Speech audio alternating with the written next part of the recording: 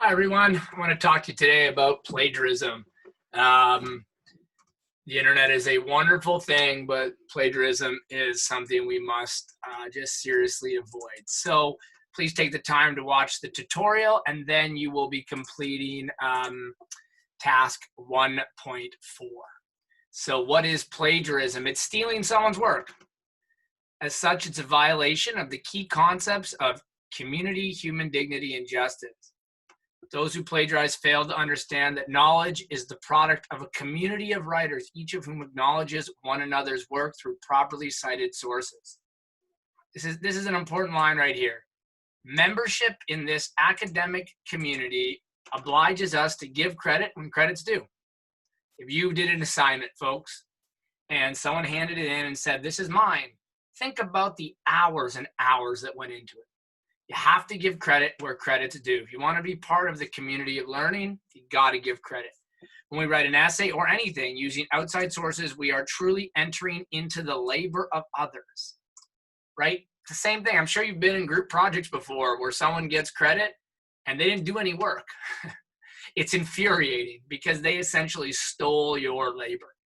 So we avoid this by citing our research, our ideas, and language to show that we have reaped inspiration from the work of others. So important. If you didn't get a chance in 1.3, I want you to go back and take a look at this webpage. Is it plagiarism? Great source from Purdue about is it plagiarism yet? Talks you through some things of what we need to give credit for. Here are things that need to be given credit. I'm not going to read these. I know you can read them, but you need to go and maybe pause the video right now, read when we need to give credit. I want to draw your attention to this. Bottom line, document any words, ideas, or other productions that originate outside of your brain. If you didn't come up with it, you got to source it, okay? There are some things you don't have to source. Again, I want you to pause the video. Read through here, for example, common knowledge. You don't need to source. So if you're sourcing, one of the examples asks you, what happens if you're sourcing the Bible? Someone uses the Bible. Well, in the bracket, you should certainly put the reference line, like the book of Matthew or the book of Genesis. But that's common knowledge. No one's assuming that you came up with a Bible verse yourself. That would be common knowledge. We don't need to source that. So I want you to take a look at some of these distinctions about things that you do and do not need to source. So again, if you want to pause the video now and read those over if you didn't get a chance in 1.3. Let me go back here. Here's how you avoid it. Number one way to avoid plagiarism in this course is to use a Google Doc from start to finish. I want to show you a sample essay from one of my students last semester and show you why I have no doubt that she wrote this essay. Okay, so I'm showing you this is her final product. I've got the revision history open.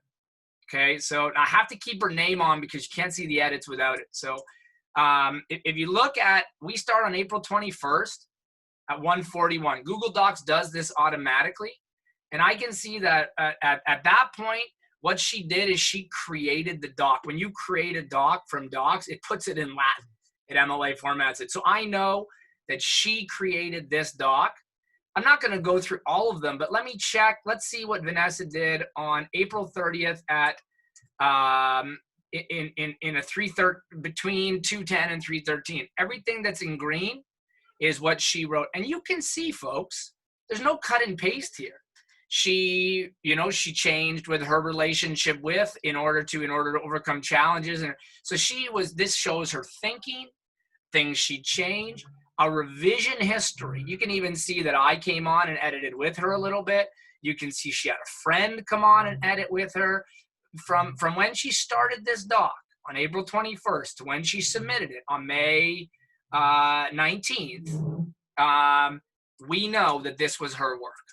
Okay, so we absolutely know that this was her work. That's how you avoid getting accused of plagiarism. You got to use a doc. Before docs, what we had, when I was in high school, of course, we would write it by pen or pencil. And then you have to submit your rough work to the teacher. Docs is amazing. We don't have to do that process, but you got to use a doc from start to finish. Number two, when you're quoting, record all page or line numbers when you're making notes. So you're gonna, in task 2.5, you're gonna read a speech. And what I want you to do as you're reading it and you're making notes to wherever you put them, make sure in the brackets. So let's say the quotation is the words quotation. So you're gonna put quotation, and let's say it's from page, let's say the author is Michelle Obama, and you're gonna put page 23. Always, that's the MLA format. So when you're taking notes, put them in quotation marks, so you know exactly where it came from. Use direct quotations as much as possible. I would strongly suggest not paraphrasing. In university, it's totally not accepted. Don't paraphrase. Actually put it in quotation marks. Then you know if it's in quotation marks, it came from Michelle Obama. If it's not in quotation marks, then we can make the assumption that it was your thoughts. Okay. What I would suggest you do is take a look at the use and abuse of quotation PDF. It's available in the 1.3 lesson.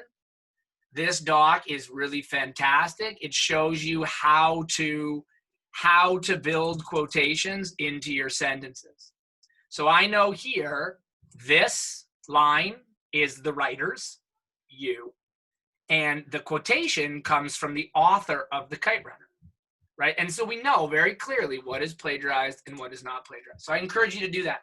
When in doubt, offer a reference, okay? Make that your mantra. When in doubt, offer a reference. Here are some strategies you could use. You could say, according to the author, or as Husseini says. So you could use phrases like this. Then it indicates, like again, think of a group project. You're presenting Sarah's ideas. Well, a great idea that Sarah came up with was, then we know. We give credit where credit is due.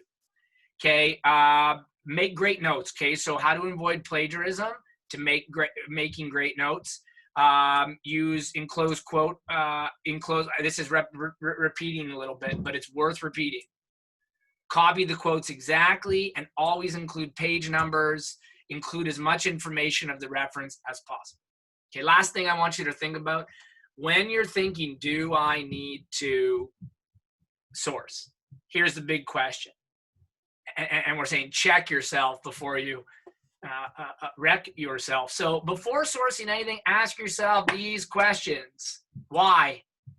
Why am I asking myself, should I be sourcing right now? Let me repeat that. Ask yourself, why am I sourcing right now? Because in this course, the only thing you should ever really source is the primary text, whether that be the Boys in the Boat or the ISP, or in the Great Realization assignment, the things you read.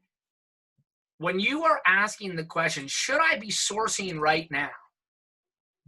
Ask yourself then, did the assignment say, go to a website for secondary help?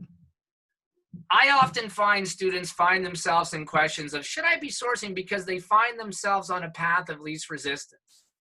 They're on a website like SparkNotes or eNotes or Easy Answers or Answers.com or Google. Google always sets you up for plagiarism, always, because it's other people like other students looking for shortcuts. So a great question to ask is, why am I asking the question, should I be sourcing right now?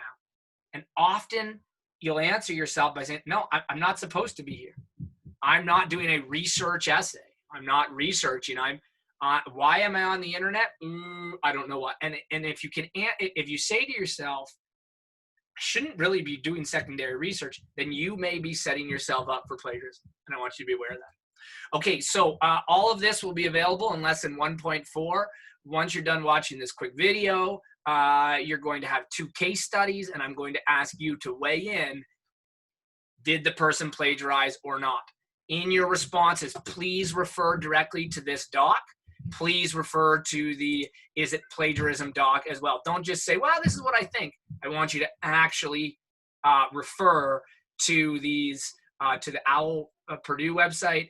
And if you do, also give credit. Put in brackets after you source something from OWL Purdue, put that in brackets as well, okay? Because you're sourcing information that comes from OWL Purdue. All right, everybody. Good luck. I look forward to reading your responses.